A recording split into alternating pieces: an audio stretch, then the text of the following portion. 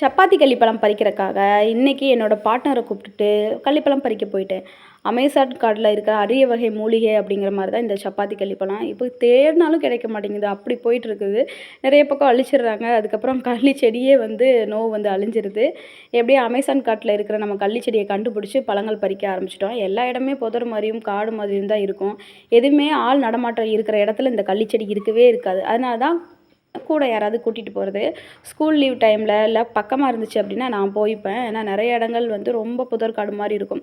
கொஞ்சம் லைட்டான பயங்கள், ரொம்ப பயங்கள்லாம் இல்லை. ஏன்னா புதர் மாதிரி இருக்குது, ஏதாவது பாம்பு பல்லி வந்துருச்சு அப்படின்னா நம்மளை காப்பாற்றுறக்கு ஆள் இல்லாமல் போயிடுவாங்க அப்படின்னு சொல்லிட்டு நம்மளோட இந்த அனுபவத்தை வந்து சின்ன பேப்பராக இருக்கிற இந்த ஷார்ட் வீடியோவில் போடாமல் பெரிய பேப்பராக இருக்கிற ஃபுல் வீடியோவில் போட்டிருக்கேன்.